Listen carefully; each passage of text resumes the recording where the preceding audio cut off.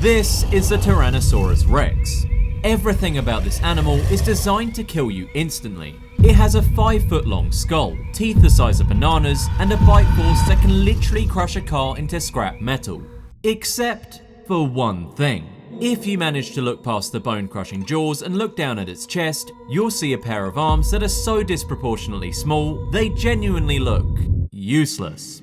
They're barely larger than a human's arms, dangling awkwardly on the front of a creature the size of a school bus. They can't even reach the dinosaur's own mouth, which makes eating a bit complicated. Why would the most lethal animal on the planet have arms that look like a complete joke? You have this unstoppable killer, and then right on the front of it, you just have these two useless, pathetic little nubs. But evolution doesn't let the apex predator of the entire planet carry around useless body parts for millions of years, which means they had to be doing something. So why did evolution give its best killer a pair of useless nubs? Well, the most obvious answer is just that they were completely useless. We see these tiny arms, we see the giant head, and we just assume the arms are weak little twigs that just hung there doing absolutely nothing. But this is completely wrong. If you, a fully grown human, decided to arm wrestle a T-Rex, you wouldn't win. You wouldn't even tie. The T-Rex would effortlessly snap your arm completely in half, which is probably not how you wanted your time travel trip to end. When paleontologists look at the fossilized arm bones of a T-Rex, they don't see weak, fragile twigs. They see bones with incredibly thick outer walls, which means they were built to withstand massive amounts of physical stress. But more importantly, they see massive muscle attachment scars. By looking at where the muscles anchored to the bone, we know that a T-Rex could easily curl over 400 pounds with a single arm. That's a ridiculous amount of strength for an arm that's only 3 feet long. They were heavily muscled, dense, and tipped with razor-sharp claws. These arms were actually terrifyingly strong. Power wasn't the issue at all. The only issue was just that they were short, which brings up an even weirder problem. If you have an animal that's fully capable of growing incredibly strong, lethal arms, why would it actively choose to make them so short that they can't even reach past its own nose? If they were so strong, why did they shrink in the first place? Did the T-Rex lineage just always have terrible arms? To figure this out, we have to look back at the T-Rex's family tree. If you rewind the clock about 80 million years before the T-Rex existed, you'll find other giant predators running around, like the Allosaurus. Allosaurus was also a terrifying apex predator, but it hunted very differently. It had a strong bite, sure, but it also had heavily muscled arms with 3 giant claws. When an Allosaurus hunted, its arms were primary weapons. It would use them to physically grapple with prey, sinking its claws deeply into the sides of a dinosaur to hold its place while it tore away flesh with its jaws. The ancestors of the T-Rex had access to this exact same blueprint. They started out with long, lethal arms, but as millions of years passed and the ancestors of the T-Rex evolved into the giant we know today, those arms started getting smaller and smaller and smaller. They were actively deleted. Evolution took a weapon that already worked and over countless generations just threw it away. The T-Rex literally abandoned them. So if having giant, shredding arms work perfectly fine, why on earth would you ever get rid of them? Well, to understand this, you have to understand how a biological budget works. A body can only support so much muscle. You only have so much physical space on your skeleton, and you only have so many calories you can burn to keep that muscle alive. You cannot just be infinitely strong everywhere. As the T-Rex evolved, its hunting strategy completely shifted. It started relying entirely on its mouth. The T-Rex evolved a bite force of nearly 8,000 pounds. To put that in perspective, that's strong enough to effortlessly shatter the solid leg bone of a Triceratops. But you can't just stick a 5-foot long, bone-crushing jaw on a dinosaur without completely re-engineering the rest of its body. To power a bite that strong, you need jaw muscles that are unimaginably huge. And to support a 5-foot skull swinging around and violently ripping meat off a carcass, you need neck muscles the size of tree trunks. All of that muscle has to anchor somewhere. It anchors to the chest and the shoulders. The T-Rex literally ran out of room. The neck and jaw muscles became so massive that they completely hijacked the space on the torso where the arm muscles used to attach. The body had to pull resources away from the arms just to fund the sheer size of the head. You can't have a bite that strong and giant arms. You have to pick one, and the T-Rex picked the bite. But realistically, building muscle was the least of its worries. The T-Rex was up against gravity. When you walk on two legs, your entire body operates like a giant seesaw. Your hips are the pivot point in the middle. Everything in front of your hips has to be perfectly balanced by everything behind your hips. Otherwise, you simply fall over.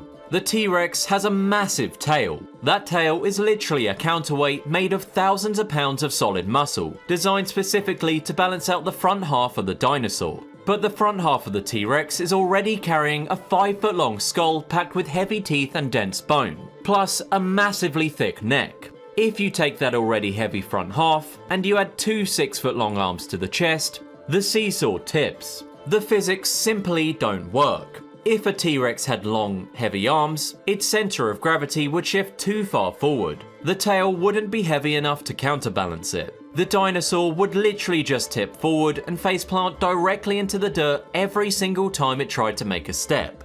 Which isn't exactly a great look for the king of dinosaurs. Gravity forced the arms to shrink. The T-Rex had to shed weight from its front half just so it could actually walk without collapsing. So, what if they just didn't care? What if they kept the giant arms anyway? Let's imagine a hypothetical scenario where a T-Rex refuses to give up its arms. To solve the gravity problem, it just grows an even thicker, heavier tail to balance out the extra weight on the front. Now the seesaw is balanced again. It can walk without face planting. Problem solved, right? Absolutely not, because now you have a heavy front half and a heavy back half.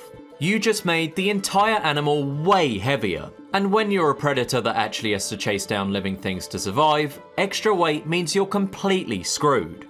A heavier T-Rex is a slower T-Rex. Imagine this heavier, long-armed T-Rex trying to hunt a duck-billed dinosaur. The duckbill is lighter and built for running. The T-Rex lunges forward, but it's carrying thousands of pounds of unnecessary arm and tail muscle. It burns through its energy instantly. It runs out of breath, the prey escapes, and the T-Rex starves. If your arms make you too heavy to actually catch your food, you just die. And starving to death just because your biceps are too big is a pretty terrible way to go out. Shrinking the arms literally kept the T-Rex fast enough to survive. But even if you somehow managed to balance yourself and catch your food, having long arms created an entirely different and frankly much more gruesome problem. When a T-Rex actually makes a kill, it usually doesn't eat alone. Usually, a bunch of T-Rexes would all gather around a single dead Triceratops to feed at the exact same time. Now, imagine the sheer chaos of a T-Rex feeding frenzy. You have 5 or 6 9-ton predators all crammed tightly together, violently ripping hundreds of pounds of meat off a carcass. You have 5-foot-long jaws snapping shut with enough force to crush steel, completely blindly, right next to each other. If you have long arms and you're reaching into that pile of meat to grab a piece, another T-Rex is going to accidentally bite your arm completely off. It wouldn't even be on purpose. In the chaos of a feeding frenzy, a jaw snapping shut on a stray arm would instantly sever it. And in the prehistoric world, getting your arm bitten off leaves you with a gaping wound that immediately fills with bacteria. You get a fatal infection and you die a miserable death. And all of that happens just because you wanted an extra bite of Triceratops. Keeping the arms incredibly short kept them safely tucked against the chest. It kept them completely out of the bite zone during a chaotic feeding frenzy, saving the T-Rex from an accidental amputation. Okay, so long arms make you slow, they make you fall over, and they get bitten off by your friends. So, why have them at all? If the arms are purely just a liability, evolution usually has a very simple solution to that. Delete them entirely. Look at snakes. Millions of years ago, the ancestors of snakes actually had 4 legs. But as they evolved to slither through tight spaces and burrows, legs just got in the way. They didn't just go, oh, let's keep these tiny little paws just in case. They were a liability. So, over time, evolution completely erased them. Modern snakes have absolutely nothing. If the T-Rex's arms were truly useless, they'd have vanished completely. The bones would have fused into the ribcage, the muscles would have disappeared, and the T-Rex would just be a giant head on 2 legs. But they didn't vanish. The T-Rex kept them. The T-Rex kept dense muscle, and it kept razor-sharp claws. Which means they actually found a new job. So what exactly do you do with arms that can't even reach your own mouth? You grapple. Hunting a 6-ton Triceratops is not a clean process. You don't get a quick, stealthy ambush. You get a massive, violent wrestling match. When the T-Rex lunges in and clamps its jaws down onto the back of a Triceratops, the prey is going to violently thrash. It violently twists and throws its massive weight around, trying to break free. And if a Triceratops thrashes violently enough while a T-Rex has its teeth sunk in, the torque can actually snap the T-Rex's teeth right out of its skull, or even break its jaw. The T-Rex needs the prey to stay perfectly still so it can actually finish it off. This is where the tiny arms come in. They're essentially just meat hooks. Once the T-Rex is pressed chest to chest with its prey, those short 400-pound curling arms suddenly have the perfect amount of reach. They latch onto the side of the struggling animal, sinking their claws deep into the hide. They pull the prey tightly against the T-Rex's massive chest, locking it in place. Those tiny arms hold it perfectly still so the jaws can finish the job. But catching food is only part of the problem. What happens when you aren't hunting and you just fall over?